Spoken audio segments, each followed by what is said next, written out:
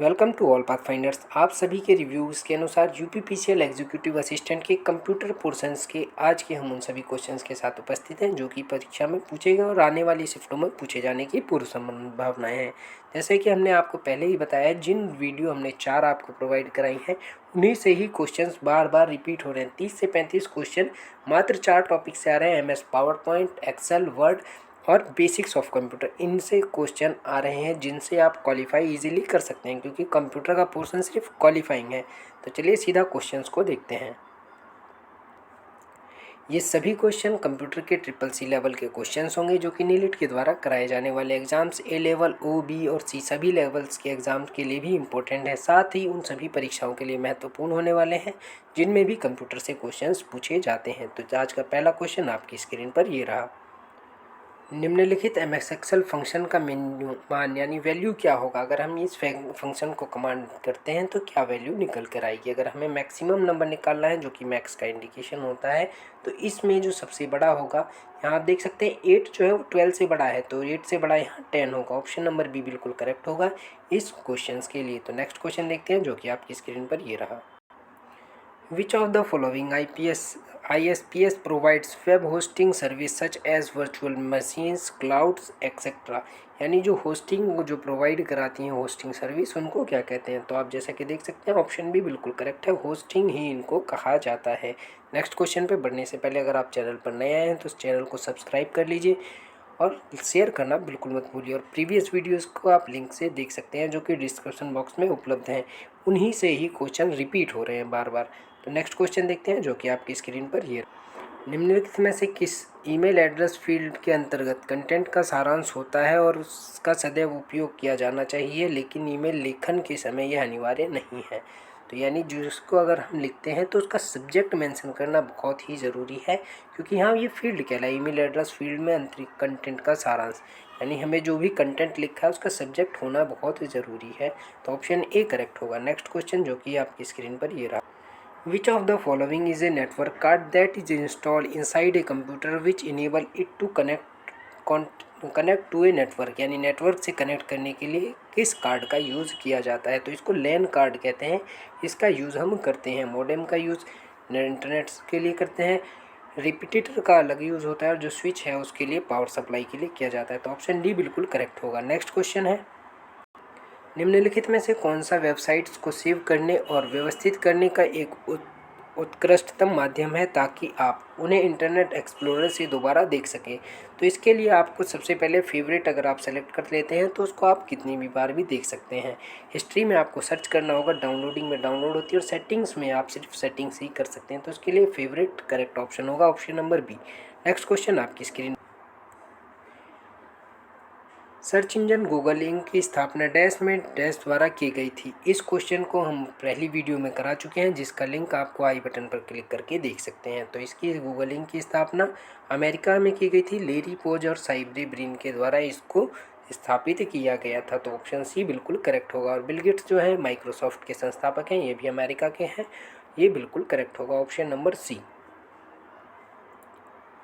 True या false आपको बताना है कि इनमें से कौन सा सही या गलत है। लिनक्स ऑपरेटिंग सिस्टम को माइक्रोसॉफ्ट कॉरपोरेशन द्वारा विकसित किया गया था। विंडोज़ 10 उपयोगकर्ता को ग्राफिकल यूज़र इंटरफेस और मल्टीटास्किंग कैपेबिलिटी क्षमता प्रदान करता है। तो इसमें जो है लिनक्स है, इसको माइक्रोसॉफ्ट ने नहीं बनाया था, बल्कि इसका जो दूसरा ऑप्शन है वो बिल्कुल करेक्ट होगा। तो ऑप्शन नंबर डी बिल्कुल करेक्ट होगा, पहला गलत और दूसरा सही।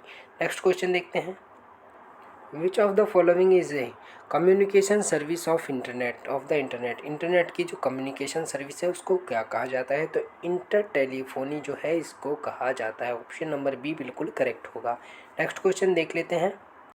निम्नलिखित में से कौन सी एक मार्कअप लैंग्वेज है। तो इसमें XML जो है एक मार्कअप लैंग्वेज है, जहाँ से आप देख सकते हैं ML जो है ये मार्कअप लैंग्वेज की ही फुल फॉर्म होती है। तो ऑप्शन बी बिल्कुल करेक्ट होगा। नेक्स्ट क्वेश्चन देखते हैं जो कि आपकी स्क्रीन पर ये रहा। MS एक्सेल 2019 के क्रमागत सेल का संग्रहण, चाहे वे बाईं ओर से हो या दाईं ओर से हो, या शीर्ष और तल की ओर हो या दोनों ओर हो, को क्या कहा जाता है। तो इनको रेंज कहते हैं, सेल रेंज। इसको अगर हम ऊपर से देखते हैं इधर से, ये जो है ये इसकी सेल की रेंज होती है। तो आप जैसा कि देख सकते हैं जो क्वेश्चन है एक्सेल, पावर पॉइंट और वर्ड से ही पूछे जा रहे हैं। तो इन्हीं को ही आपको पढ़ना है। इन 3 टॉपिक्स को पढ़ लेंगे तो निश्चित ही इस सेशन को क्वालिफाई कर जाएंगे, कंप्यूटर वाले पार्ट को। विंडोज़ 10 ऑपरेटिंग सिस्टम में निम्नलिखित में से कौन सा बार वर्तमान में चल रहे प्रोग्राम के आइकन दर्शाता है और प्रोग्राम लॉन्च करने और प्रतिबद्ध करने के लिए उपयोगी है? तो इसको टास्क बार कहा जाता है, जिस पे जो हम वर्क कर रहे हैं जो भी उसके आइकन नीचे की तरफ आ जाते हैं जो है आपकी डेस्कटॉप साइट पर, तो इसको टास्क बार के नाम से जानते हैं। इसका ऑप्शन नंबर डी करेक्ट होगा। MS पावर पॉइंट 2019 में निम्नलिखित में से क्या स्लाइड शो में स्लाइड परिवर्तन के तरीके का निरूपण करता है? यानी हम स्लाइड शो अगर कर रहे हैं उसको चेंज करते हैं तो उसको क्या कहते हैं? तो उसको स्लाइड ट्रांजिशन के नाम से इसको जानते हैं। तो ऑप्शन सी बिल्कुल करेक्ट होगा, स्लाइड ट्रांजिशन। जैसे कि बताया कि पावर पॉइंट भी पूछा जा रहा है, तो आई बटन पर इसकी वीडियो कंप्लीट दी गई है, वहाँ से आप क्लिक करके देख सकते हैं। नेक्स्ट क्वेश्चन है MS वर्ड से संबंधित है। MS वर्ड 2019 डॉक्यूमेंट के डायलॉग के विकल्प प्रस्तुत किया जाता है, तो इसमें टेक्स्ट एग्ज़ाम कैसा दिखाई देता है? तो एग्ज़ाम को अगर हम डायलॉग बॉक्स में देखें तो ई स्मॉल हो जाता है, AXAM कंप्लीट होता है, तो ऑप्शन बी बिल्कुल करेक्ट होगा। नेक्स्ट क्वेश्चन है आपकी स्क्रीन पर, जो कि निम्नलिखित में से कौन सी गवर्नेंस सेवाएं भारतीय नागरिकों को अखिल भारतीय पैन इंडिया सेवाओं के अधिगम के लिए एकल मंच प्रदान करती है? तो जो उमंग पोर्टल है वो सभी सर्विसेज के लिए एकल जो है प्लेटफॉर्म है, सिंगल प्लेटफॉर्म उमंग है, जो कि केंद्र सरकार के द्वारा इसको चलाया जा रहा है। आरक्षण जो है रिजर्वेशन के लिए डिजी लॉकर में आप अपने डॉक्यूमेंट्स को रख सकते हैं। और यूटीएस जो है इसकी आपको फुल फॉर्म कमेंट करके बतानी है कि यूटीएस की फुल फॉर्म क्या होती है। हम लास्ट में इसकी फुल फॉर्म आपको बताएंगे। निम्नलिखित में से कौन सा एक वेब ब्राउज़र नहीं है? क्रोम, फायरफॉक्स, बिंग या फिर इंटरनेट एक्सप्लोरर। तो आपको बता दें जो इन सभी में वेब ब्राउज़र है वो बिंग वेब ब्राउज़र नहीं है, ये एक सर्च इंजन है। इसको सर्च इंजन की कैटेगरी में रखा गया है, इससे हम सर्च करते हैं। बाकी क्रोम, फायरफॉक्स और इंटरनेट एक्सप्लोरर वेब ब्राउज़र्स हैं, तो इसका करेक्ट ऑप्शन सी होगा। नेक्स्ट क्वेश्चन आपकी स्क्रीन। ईमेल का उत्तर देने के लिए ईमेल क्लाइंट द्वारा निम्नलिखित में से कौन सा एक विकल्प प्रदान नहीं किया गया है? यानी ईमेल अगर हम रिप्लाई करते हैं तो उसका क्या नहीं प्रदान किया गया? रिप्लाई बिल्कुल कर सकते हैं, फॉरवर्ड ईमेल किया जा सकता है, रिप्लाई भी कर सकते हैं, लेकिन फॉरवर्ड टू कॉल का ऑप्शन नहीं देता है अगर हम क्लाइंट को रिप्लाई करते हैं। तो इसका सही ऑप्शन ऑप्शन नंबर सी होगा। नेक्स्ट क्वेश्चन है डिफ़ॉल्ट रूप से MS पावर पॉइंट 2019 निम्नलिखित में से किस एक्सटेंशन के साथ फाइल को सेव करता है? यानी हम अगर पावर पॉइंट में किसी फाइल को सेव करते हैं तो इसका एक्सटेंशन क्या होता है? तो इसका करेक्ट ऑप्शन होगा .pptx। इसका करेक्ट ऑप्शन होगा डी नंबर बिल्कुल सही होगा। आप जैसा देख रहे हैं कि MS वर्ड, एक्सेल और पावर पॉइंट से ही क्वेश्चन मस्टली आ रहे हैं शिफ्टों में, तो आपको इन्हें ही पढ़ना है। नेक्स्ट क्वेश्चन आपकी स्क्रीन पर। Many universities with in a country can be linked together through a dash. यानी किसके द्वारा अधिकतर यूनिवर्सिटीज़ का कई सारी यूनिवर्सिटीज़ को कनेक्ट किया जा सकता है? तो इसको वैन के द्वारा कर सकते हैं, जो कि वाइड एरिया नेटवर्क होता है। ऑप्शन बी बिल्कुल ए का बिल्कुल करेक्ट होगा। ये क्वेश्चन 22 तारीख की फर्स्ट शिफ्ट में पूछा गया क्वेश्चन है कि वैन से हम किसको कनेक्ट करते हैं। इस क्वेश्चन को घुमा कर पूछा गया। लैन जो है लोकल एरिया नेटवर्क है और आपको वैन और मैन का फुल फॉर्म कमेंट करके बताना है। विंडोज़ 10 ऑपरेटिंग सिस्टम में किसी प्रोग्राम को जोड़ने या हटाने के लिए कंट्रोल पैनल निम्नलिखित में से कौन सा विकल्प चुनना होता है? अगर हम किसी फंक्शन को जोड़ रहे हैं या हटाएंगे तो उसके लिए प्रोग्राम एंड फीचर्स को यूज़ करना होता है। डिवाइस एंड प्रिंटर में हम डिवाइस या प्रिंटर्स को कनेक्ट करते हैं। डिफ़ॉल्ट प्रोग्राम्स वो होते हैं जो पहले से ही इंस्टॉल होते हैं। डिवाइस मैनेजर में हम अलग से अपने डिवाइस को मैनेज कर सकते हैं। तो प्रोग्राम एंड फीचर्स में हम किसी भी प्रोग्राम को जोड़ और हटा सकते हैं। नेक्स्ट क्वेश्चन आपकी स्क्रीन। MS एक्सेल 2019 वर्कशीट रो का चयन करने के लिए जो सतत सीमा में नहीं है किस की का उपयोग किया जाता है? यानी अगर जो हम उसको सेलेक्ट करना चाहते हैं तो उसके साथ कंट्रोल के साथ उसको सेलेक्ट कर सकते हैं, तो कंट्रोल की का यूज़ किया जाता है। ऑप्शन नंबर डी करेक्ट होगा। नेक्स्ट क्वेश्चन जो कि देख लेते हैं।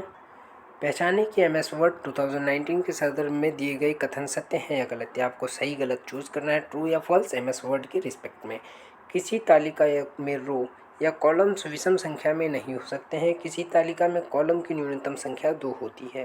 तो इसमें दोनों ही गलत हैं। हम इसको अपने हिसाब से अरेंज कर सकते हैं, कोई भी टेबल बना सकते हैं कितने भी उसकी। आपको कमेंट करके बताना है कि हम अधिकतम कितने रोज़ की कॉलम को बना सकते सीट को बना सकते हैं MS वर्ड 2019 के अंतर्गत। ये क्वेश्चन पूछा गया है। Which of the following refer to the process of updating data in a computer sensible from the point at the point of origin with reference to the data processing? तो इनमें से आपको करेक्ट ऑप्शन बताना है, जो कि क्या हो सकता है, data transmission, data communication, data collection या डेटा कैप्चर। तो इसका करेक्ट ऑप्शन है डेटा कैप्चर। इसका क्वेश्चन का सी ऑप्शन बिल्कुल सही होगा। लास्ट क्वेश्चन देख लेते हैं। इस सेशन का आखिरी क्वेश्चन है, निम्नलिखित में से कौन सा अप्रत्यित ईमेल होता है जो आप प्राप्त करते हैं किंतु आप उसे ना तो चाहते हैं और ना ही मांगा है और किसी ऐसे व्यक्ति द्वारा भेजा गया है जिसे आप जानते भी नहीं हैं। तो इस तरीके के मेल को स्पैम के नाम से जाना जाता है, जिसमें कि अपने आप ही मेल्स आती रहती हैं आपकी ईमेल आईडी के ऊपर। तो इसी के साथ हम सभी क्वेश्चंस को कंप्लीट कर चुके हैं इस सेशन के। ऐसे ही नेक्स्ट सेक्शन में मिलते हैं। और अगर आपके आने वाले 6 में एग्ज़ाम है तो उसके लिए आप हमारे लिंक पर जाकर के चैनल की प्लेलिस्ट से वीडियोस को देख सकते हैं। निश्चित ही आपकी अपनी शिफ्ट में 30 से 35 क्वेश्चन ज़रूर देखने को मिलेंगे। प्रत्येक शिफ्ट के अंदर उन वीडियोस में 4 से 5 वीडियोस आप देख सकते हैं। आई होप दोस्तों ये वीडियो आपको अच्छा लगा होगा। वीडियो अच्छा लगता है तो लाइक कीजिए, चैनल को सब्सक्राइब करना बिल्कुल मत भूलिए और वीडियो को बिल्कुल शेयर कीजिए अपने फ्रेंड्स के साथ। नेक्स्ट वीडियो में मिलते हैं। धन्यवाद।